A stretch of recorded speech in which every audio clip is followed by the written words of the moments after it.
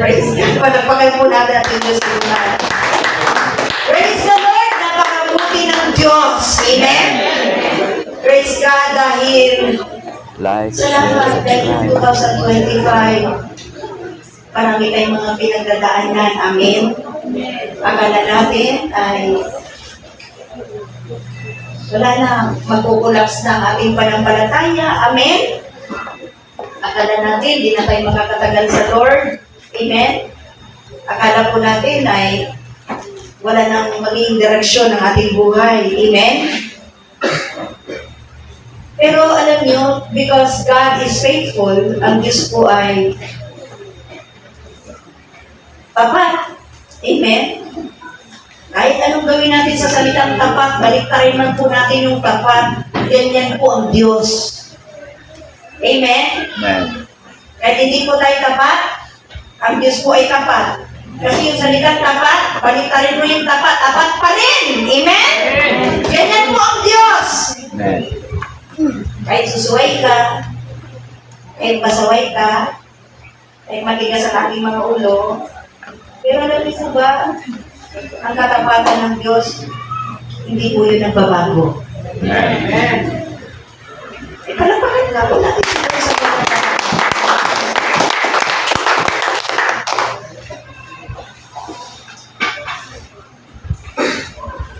2026.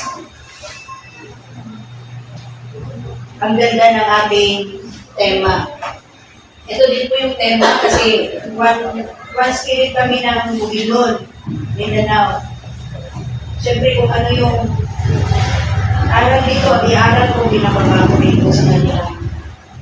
Heresy, kahit wala tayo doon, pero sila nagpakatatag. Amen? Kasi yung ating pastor doon, masunurin po yun sa Diyos. Alam nyo, yung pastor natin doon, dati po yung addict, drug addict. Lasinggo yun. Mainitin ang ulo nun parang leon. Pag may kaaway, pag hindi mo yun maagapan, pumapatay yun. Pero dahil ang Diyos ay nagbabago ng buhay, at ang Diyos lang po ang pwedeng magbago ng buhay. Hindi ang tao, hindi ang asawa mo, hindi ang kaibigan mo, hindi ang sikat. Amen. Tangi ang Diyos lang po ang may kakayanang baguhin ang ating buhay. Hindi po tayo kayang baguhin ng gobyerno. Kahit ikulong nila tayo, hindi nila tayo kayang baguhin. Bisi, kahit yung mga drug addicts, ilang taon na silang nakakulong, pabalik-balik sa kulungan, paglabas pa rin po nila, ilang months lang, bago, pero mga ilang araw sa kanilang after a month, addict na naman sila. Kasi nga, hindi po tayo kayang baguhin ang gobyerno at ng tao at kung sino pa man. Amen? Amen. Tanging ang Diyos lang ang paglapit natin sa Diyos. Tutuhanan sa ating mga puso. Amen? Amen. Praise the Lord. Ang sabi po rito, Thanksgiving celebration, run the race. Pero bago po tayo pumunta dyan sa ating pinakatema, mag-basic ko na po. Praise God. Kasi, itong year 2026, ang sabi nga ng awit, bagong taon ay magbagong buhay. Amen? Pero alam niyo po ba? Kahit hindi bagong taon, pwede po tayong magbago. Hindi po nakasalalay sa paghintay ng bagong taon. Ano? Para tayo ay magbagong buhay. Amen? Amen. Araw-araw ay pwede tayong magbago. Amen? Naniniwala po ba tayo doon? Amen. Kung po tayo maghintay sa year 2027 na ako magbago, maghintay na naman ako bagong taon. Hindi po. Kundi, araw-araw ay pwede po tayong magbago. New Year. Okay? Ang ibig sabihin ng New Year, new ay bago. Amen? Pag sinabing New Year, kasi lagi kong sinasabi sa ating mga labi na Happy New Year, ibig sabihin, masayang bagong taon.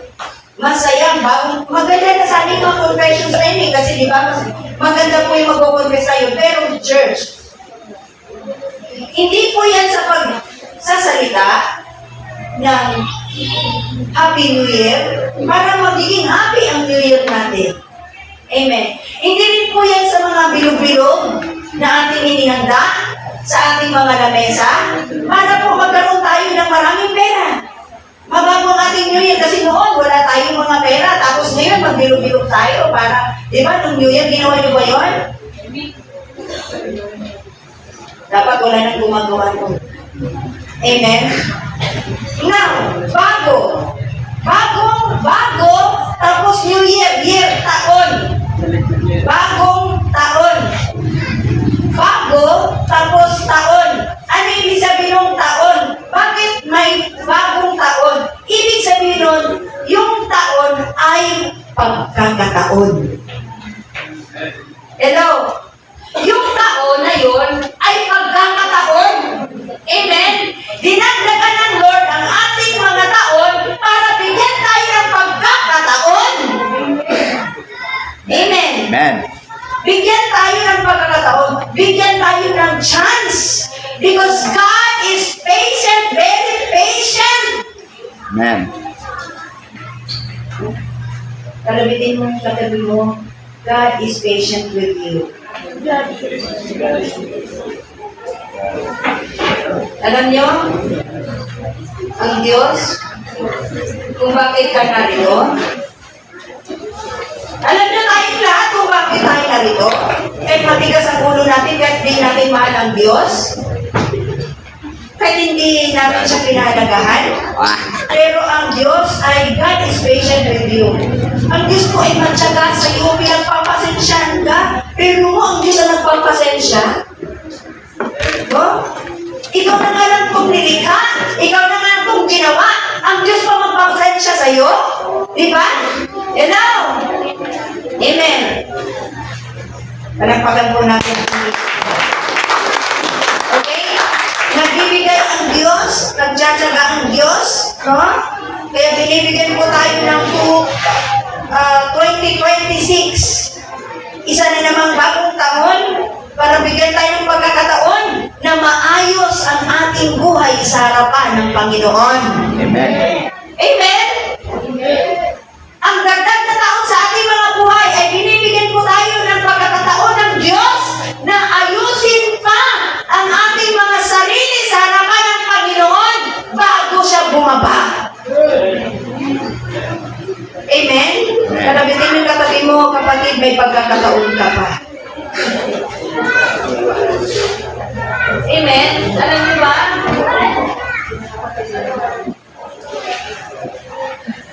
Ang sabi nila, bagong taon, bagong buhay.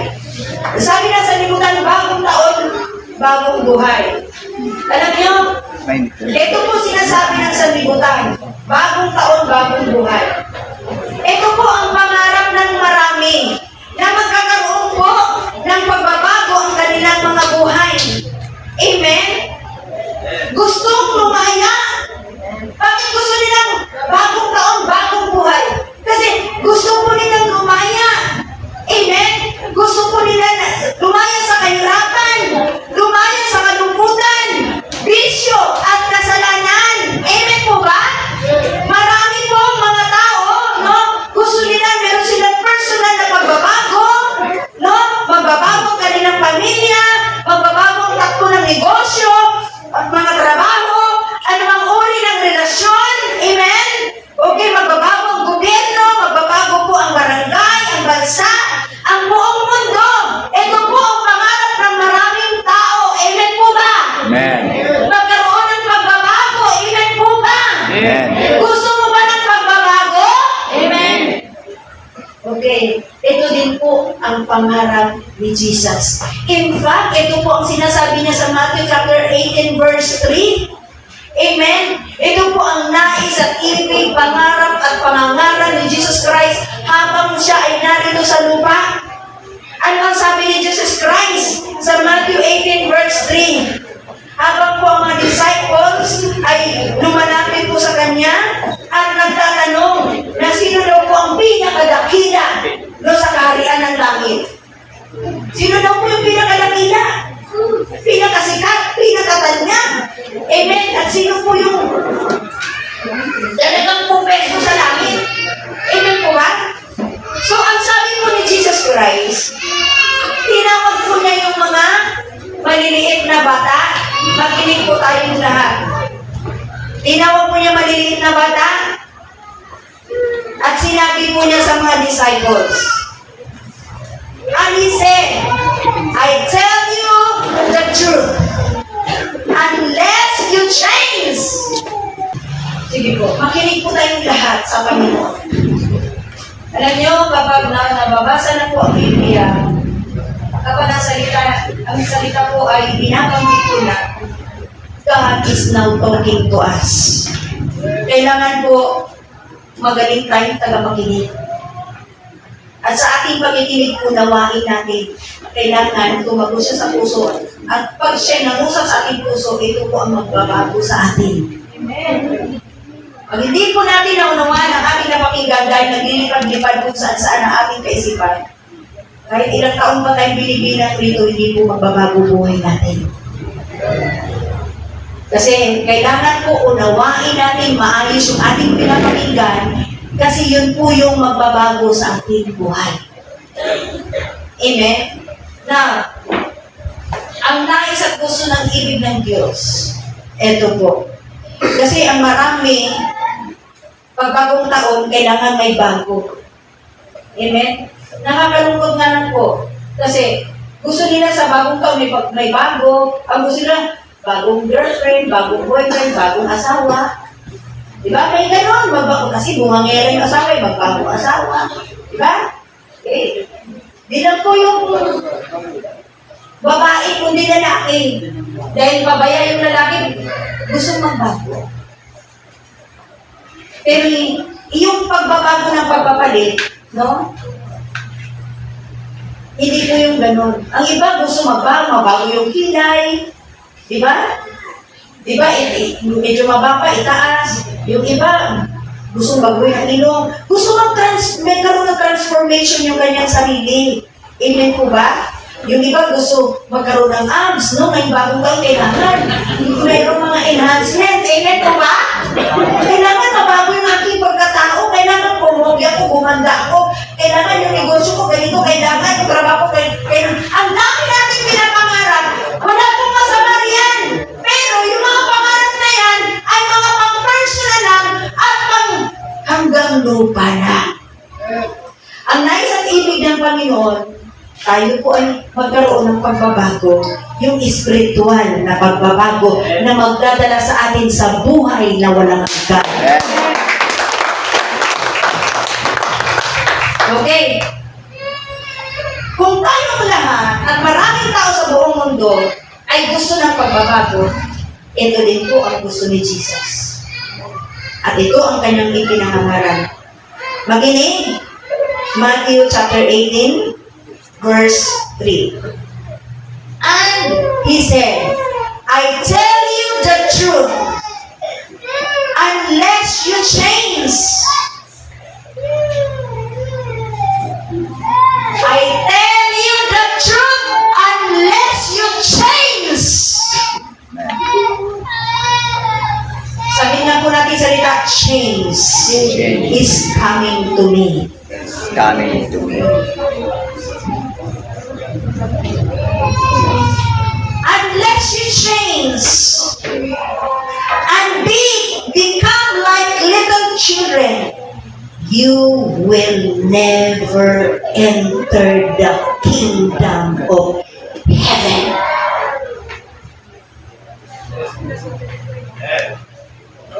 Nanaw po ba natin yun? Unless you change, you will never enter the kingdom of heaven.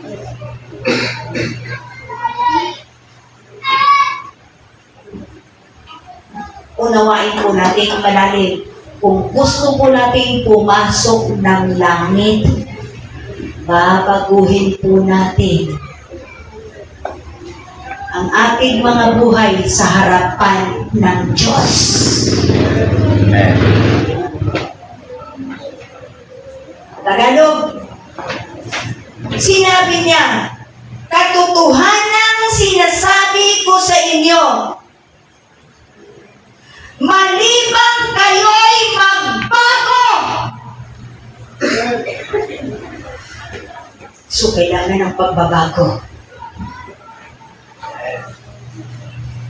Hindi sinabi rito, kailangan galingan mo ang negosyo mo, ang trabaho mo, ang pag-aaral mo. Hello? Hindi po masama ang lahat ng yan. Hello? Amen. Kailangan po natin yan. Pero mauna ang pagbabagong espiritual. Hello? Ang sabi ko rito, makinig po tayong lahat. Malibang kayo'y magbago at maging tulad ng mga bata. It's another subject. Dito lang tayo sa magbago. Kailanman hindi kayo makakapasok sa kaharian ng langit. Ang pagbabago ko ng buhay ay papel mo yun. Amen. Ikaw ang magbago. Ikaw ang magdidesisyon ng pagbabago sa buhay mo. Amen. Kung gusto mong mabago ang takbo ng buhay mo, magdesisyon ka na ngayon para mabago ang takbo ng buhay mo. Amen. Pamil mo yun. Hindi po masama, Lord, baguhin niyo po ako. Hindi po masamang manalangin na ganon. Pero, ang part ng pagbabago, binibigay ng Lord sa iyo yun. Papel mo yun. Amen. Desisyon mo yun. Bakit kayo si Lord? Gusto ko magbago. Nag-pray naman ako na baguhin niya ako. Ayaw pa rin. Papel mo nga yun eh. Desisyon mo nga yun eh. Desisyonan mo na. Magbago ka na. Amen? Amen. Kung gusto mo makalaya sa bisyo, sa kasalanan, sa kalungkutan, sa takot, sa pangamba, magbago ka na. Amen? Kung gusto mong lumaya sa bisyo at kasalanan, magbago ka. Magbago ka. Amen? Amen. Hello? Ang hirap lumaya sa bisyo, no? Napakahirap. Kasi alam mo yung bisyo na yan, espiritu yan. Demon spirit yan na sa katawan ng tao.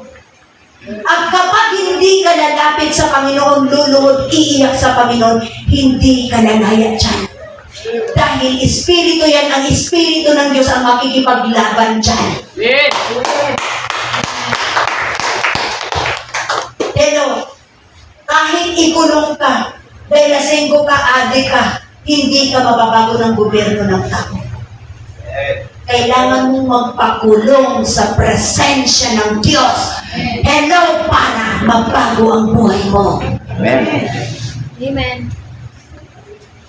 Hello, ganoon po ba natin, church? Amen. Kapag walang pagbabago ang isang tao, hindi siya papasok ng langit. Buti sana kung hindi tayo mamatay. Mamamatay nga po tayong lahat eh. Amen? Hebrews 9:27, it is appointed for men to die once, and after this judgment, there is no purgatory. Pagkatapos na pumamatay ang tao, hahatulan na. Amen? Pagkatapos mamatay, hahatulan na. Walang purgatorio. Na kung saan, mapapurga ka raw doon sa kasalanan mo. Purga means cleansing. Tori means place. Hello? Pero, Pagkatapos pala mamatay ng isang tao, maharap na siya sa Diyos. Amen. At huwag kang magmamayabang.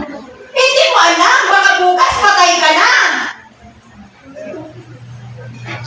Yung mga, alam nyo, yung mga nabiktima sa mga landslide, mga bagyo, mga lindol, marami pang pangarap yun. Hello? Yung lang na mga nag-plane crash, marami pang appointment yung kinabukasan, kaya nga nagra-rush, nagmamadali. Nag-airplane. Ayaw magbarko kasi nga nagmamadali. May nilaras, may hinahabol. Pero namatay sila. Meron pa silang mga pangarap. Pero namatay na sila. Ganun din po tayo, huwag tayong assuming buhay pa po tayo bukas. Dahil hindi po nangangako ang Biblia na bukas buhay pa po tayong lahat. Kaya ngayon, kailangan na po tayong magdesisyon, magbago.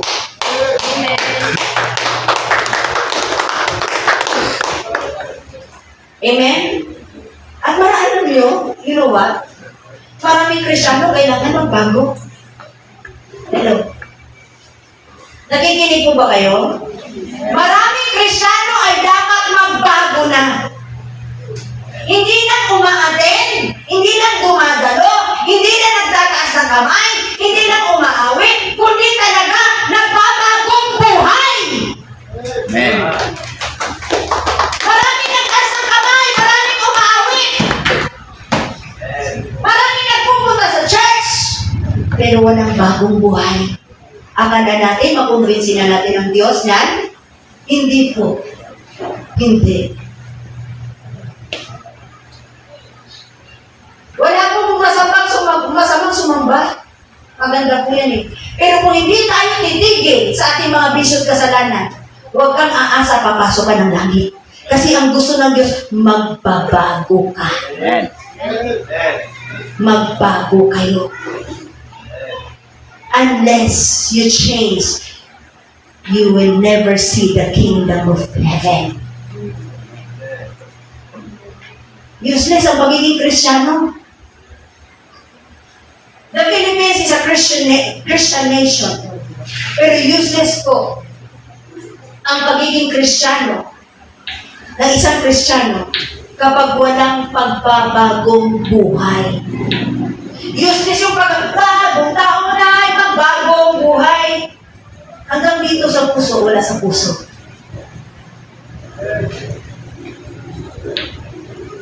At lumigaya ang ating buhay, hindi ka niligaya kapag hindi ka magbabago.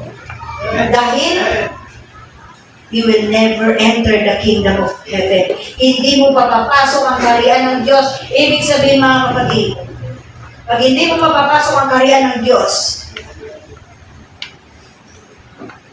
ang God's favor dito sa lupa ay hindi natin mapapasok. Hello? Naunawan po ba natin mga kapatid? So kailangan po nating lahat ay magbago. Lalo na po tayo, Jesus My Life family. 14th year na po tayo. Huwag po kayong magagalit sa akin. Huwag kayong magagalit ha. Ako, itinayo po ako ng Diyos para sabihin sa inyo yung pinakatama. Amen. Kasi ako, pananagutan ko rin kayo lahat sa Diyos. Naniwala po ba kayo doon? Amen. Kaya kailangan ko sa akin. Ito ang pinapaabot ng Diyos sa inyo. Sasamba ka ng dinaman, kailangan tuloy-tuloy na. Amen. Wala pa ka na. Ganyan dapat magbago ang Kristiyano. Kristiyano kayo. Sasamba ka ng dinaman, tuloy-tuloy na. Amen. Hindi na po pa ako. Tuloy-tuloy na. Alam mo bakit? Hindi na po kasi gusto ng Diyos mapangyari. Yung gusto ng Diyos magbago tayo. Kasi gusto ng Diyos tulungan tayo sa buhay. Gusto ng Diyos masaya tayo. Mapayapat maligtas tayo. Papunta ng kalangitan. Amen? Amen. Sasamba ka hindi naman. Gawin mo ng consistent. Amen. Sasamba ka ngayon. Susunod, wala na naman.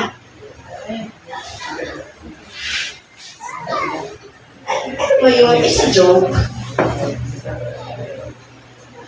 Pero alam ko, tayong lahat, magbabago na talaga, sasamba na tayong lahat. Amen.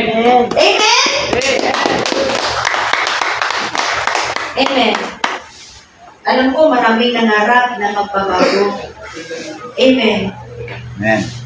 Alam ko na dahil sa ating mga pinagdadaanan sa buhay, marami, di ba? Minsan hindi tayo magkagulapay, kaya minsan nagiging inconsistent tayo.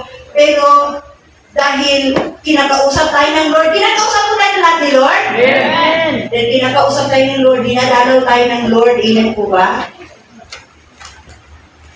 Alam niyo, pag narinig niyo na, anak, bumalik ka na. Alam niyo, yung mga good words, mga right words, galing sa Diyos yan. Para pag narinig niyo yan, i-grab niyo na. Amen? Amen. Amen! Huwag kayong magalit sa akin, ha? Huwag po kayong magalit sa akin. Sinasabi ko lang po yung mabuti para sa ating lahat. Amen? I love you. I love you.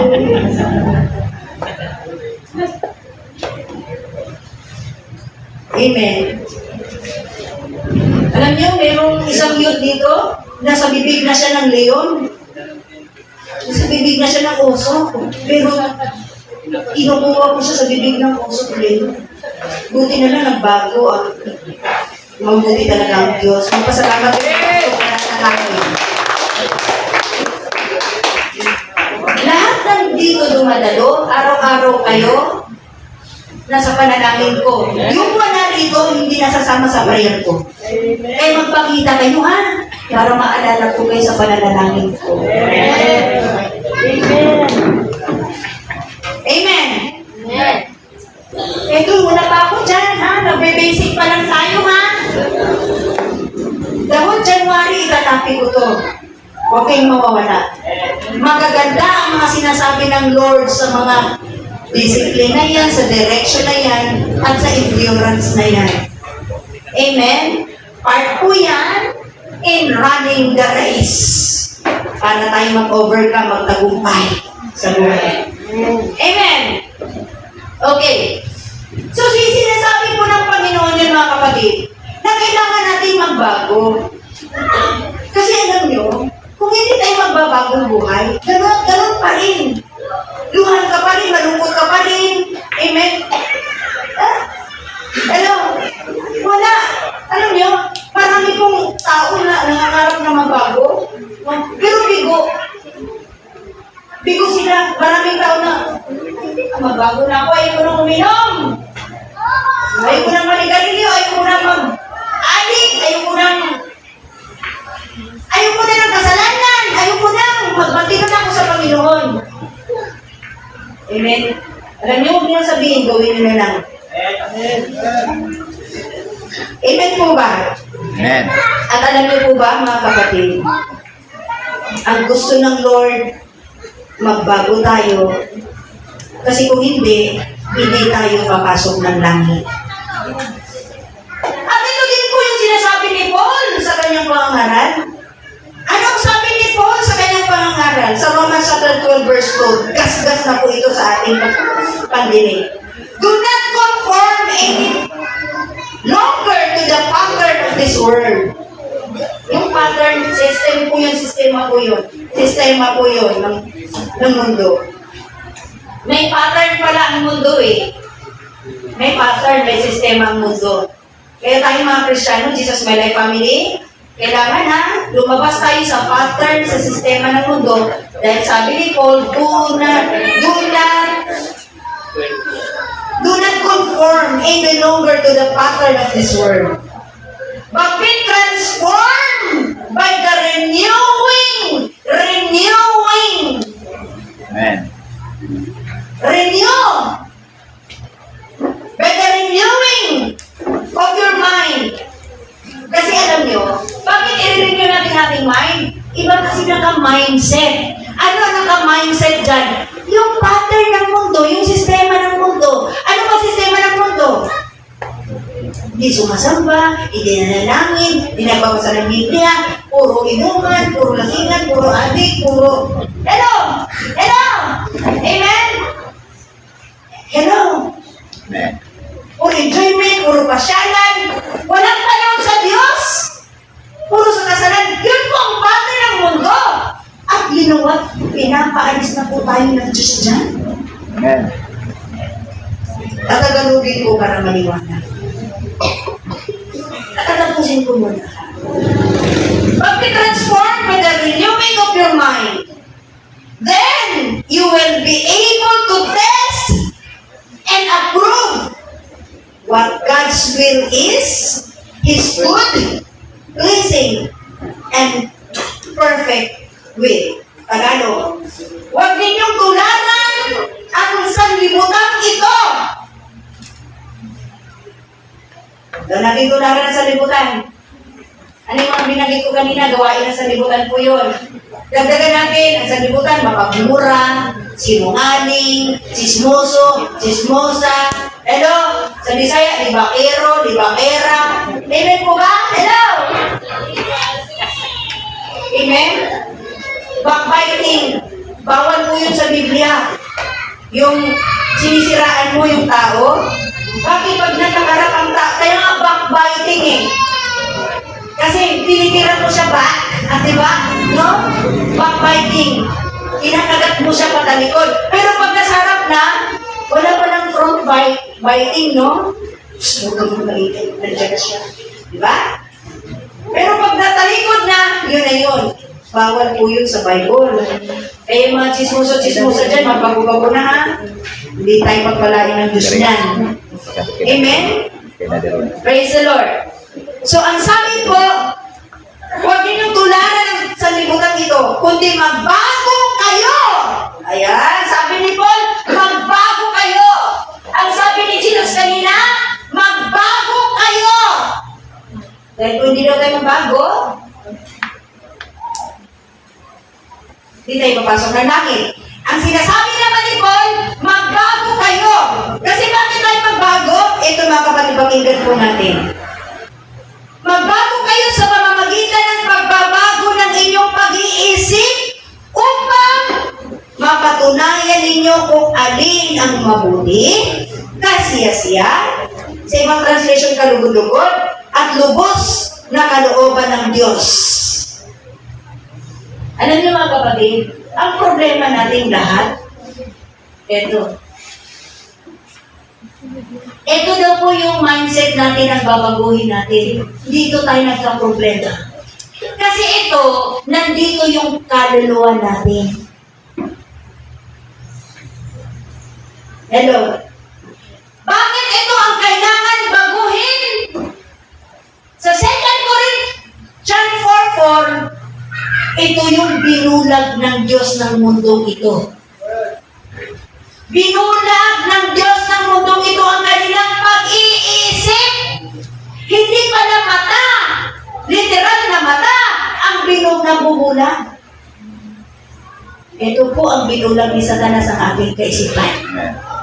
Upang hindi daw po natin makita ang kalwalatian ni Kristo na siyang larawan ng Diyos. Ito ang kailangan natin baguhin. Yung mindset mo na nakapattern sa sistema ng mundo, ito ang kailangan baguhin. Hello? Sabi ni Paul, pag nabago daw ito, malalaman daw po natin kung ano ang mabuti. Kung ano ang kalugod-lugod sa Diyos. Hello? Kung ano po ang kasiya-siya sa Diyos. At kung ano ang perpektong kalooban ng Diyos. Mga kapatid, kapag ito ay hindi na bago,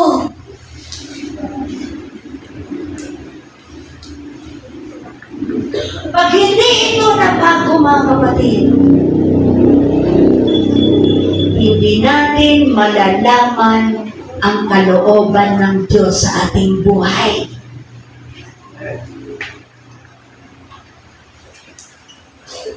Nakaganon to, iganon. Nakaganon, iganon. Ito ang kailangan baguhin. Amen.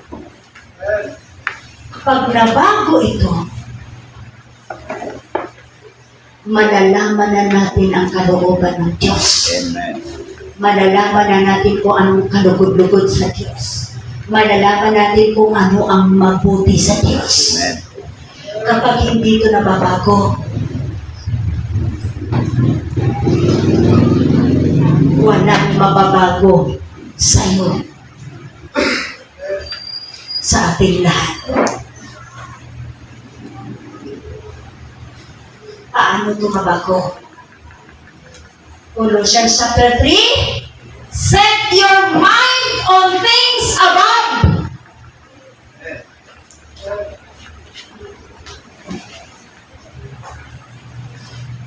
Isa-isip ninyo ang mga bagay na panlangit. Amen. Yan ang remedy. Paano? Magbasa ka ng basa ng Biblia. Amen. Pag hindi ka magbabasa ng Biblia, hindi ka mababago. At pag hindi ka mababago, number 1, hindi ka papasok ng langit. Number 2, hindi mo malalaman ang kalooban ng Diyos sa buhay mo. Hindi mo malalaman ang kalugod-lugod sa Kanya kung anong mabuti. Hindi mo malalaman. Useless ang buhay mo. Useless. Kahit kaano ka kaganda, kahit kaano ka pogi, kahit kaano ka kayaman, pero kung hindi mabago ang buhay mo, walang kwenta ang buhay mo. Wala kang maipagmayabang. Hindi ka mapapasok na langit. At ito din po ang dahilan. Dito po ako magtatapos. Wala pa po tayo dito. Hindi ko na po kaya. Huwag po kayong mawawala. Kailangan natin ng mga aral. Alam niyo, ang aral na to, nilulog ko sa Diyos. Ito po ang kaligayahan ko, church. Na lahat na nakikinig sa buhay ko ay mababago. Dahil alam ko sa aking pagbabasa at karanasan sa buhay kung gaano kahirap ang buhay na walang Diyos. Ito yung dahilan. Ang sabi ng 1 Peter 2:24. Basahin po natin.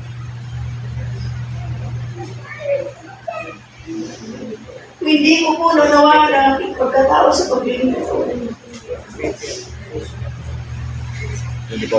Hindi ko man magagawa ang lahat ng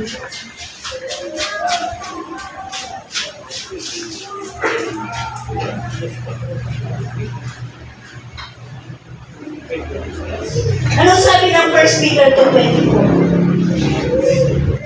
He himself bore our sins in his body on the tree, for we might die to sins and live for righteousness.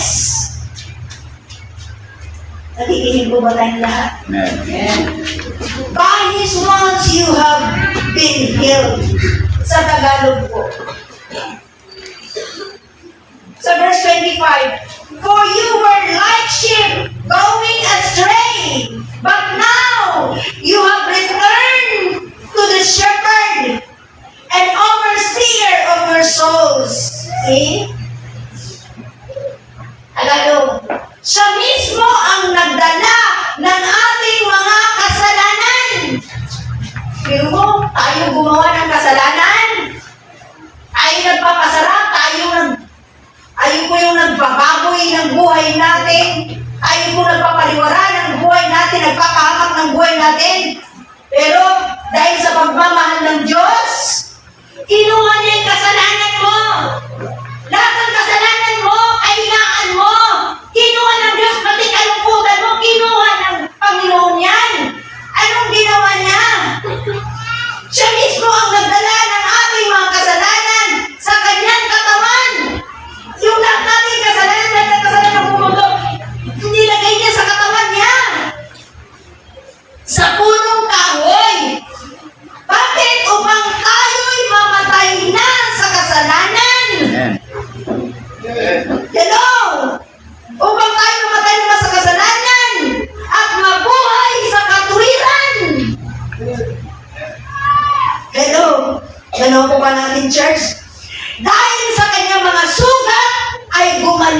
tayo. Alam niyo, yung sugat na yun, doon nagkaroon yung sugat ni Jesus na 39 stripes. Doon nagkaroon ng kapatawaran ng ating kasalanan at doon din po nagkaroon ng kagalingan sa ating masakit at karamdaman. See? Ikaw nagkasala, ikaw nagmura, ikaw nagsinungaling, ikaw kapamakak, ikaw ang gabalikas, ikaw yung gumawa ng kasalanan, ikaw nag-abuso sa katawan mo, sa droga, sa alak, sa sigarilyo, sa pagpuyat. Ikaw ang nag-abuso.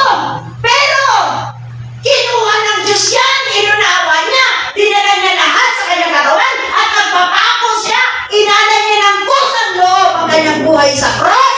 Hindi siya nagpakamatay, kundi kusa niyang inalay ang kanyang buhay sa cross para mapatawad ka, mapalinis ka, at gusto ng Lord, mamatay ka na sa pagkakasala at magbagong buhay.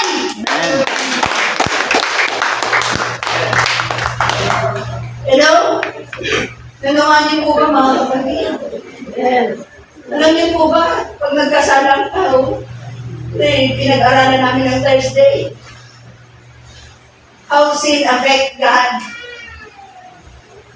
Paano daw po naapektuhan ang Diyos sa kasalanan ng tao? Pinapahirapan daw ng tao ang Diyos. Kapag nagkakasala ang tao, pinapahirapan niya ang Diyos. Hello? Kaya mong gawin? Pahirapan mo ang Diyos sa buhay mo?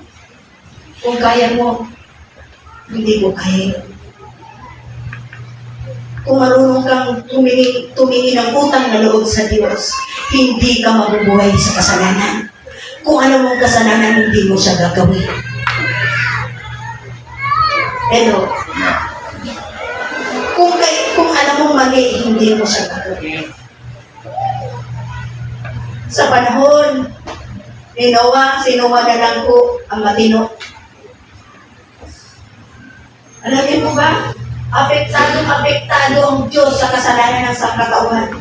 Binigyan nila ng kalungkutan. Genesis chapter 6 verse 6. Nalulungkot ang Diyos. Bakit niya nilikha ang tao? Kapag nagkakasala pala ang tao na bubuhay sa kasalanan, pinapalungkot natin ang puso ng Diyos. Hello? Kaya mo? Ang yabang mo naman. Mayabang ka! Mayabang tayo. Kapag hindi tayo titigil sa kasalanan, hindi tayo tumitigil sa pagbigay ng kahirapan sa puso ng Diyos. At hindi tayo tumitigil, binibigyan natin siya ng kalungkutan, walang utang na loob. Wala tayong utang na loob. Tayo na nga itong binigyan ng buhay. Tayo na nga itong minahal ng Diyos. Nanawaan niyo po ba? Amen. Kaya si Jesus nag-alay ng buhay, usang loob. Amen. Lahat nating kasalanan na sa katawan niya, dinala niya sa kahoy. Bakit niya ginawa yon? Para mamatay na daw tayo sa kasalanan at mabuhay sa katuwiran. Amen. May pagbabago. Amen. Before I will close, Jesus my life family. Sumamba na lang din naman tayo dito system.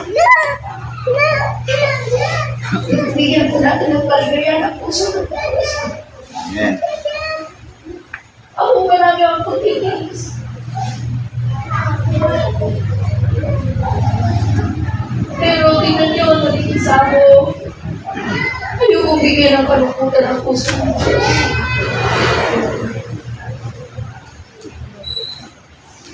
Kailangan kong maparin ang kalooban ng Diyos. Hello.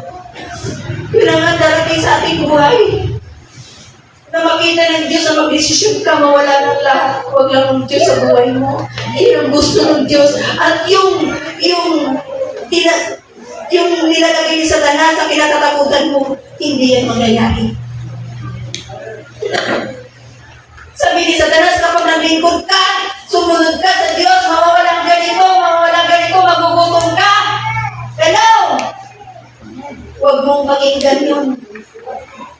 Pagka ginawa mo, nilakaran mo ang perfectong kalooban ng Diyos, lahat ng binubulong ni Satanas, hindi pangyayarihin ng Diyos yun.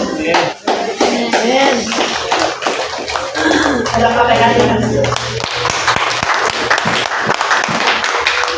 I hope and pray makapagbigay po tayo ng kaluguran sa Diyos. No? Alam nyo, tuwing Webes,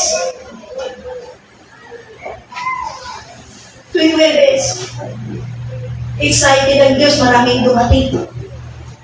Tuwing prayer and fasting, excited ang Diyos, maraming darating. Kasi gusto ng Diyos gawin siyang buhay. Amen. Gusto ng Diyos siya ng ating mahalin dahil mahal niya tayo. Dahil siya'y pupuntahin na nagmamahal sa atin.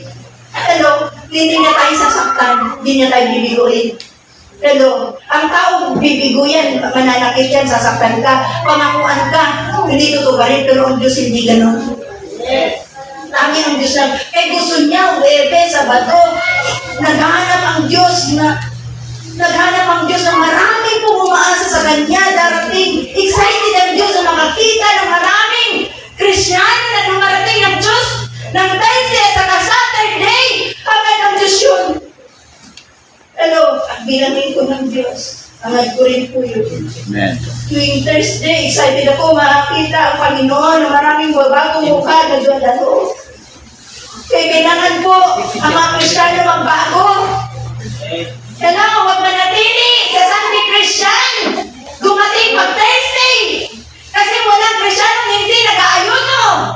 Bahagi po ng buhay ng Kristiyano ang prayer and fasting. Kapag hindi ka mabuhay sa prayer and fasting, hindi ka magtatagumpay sa buhay na ito. Pakipatay silent po yung phone ninyo. Nanawa mo ba natin love church? Hello? Tingnan mo nga yung katabi mo kung galit na. Sabihin mo, Jesus loves you.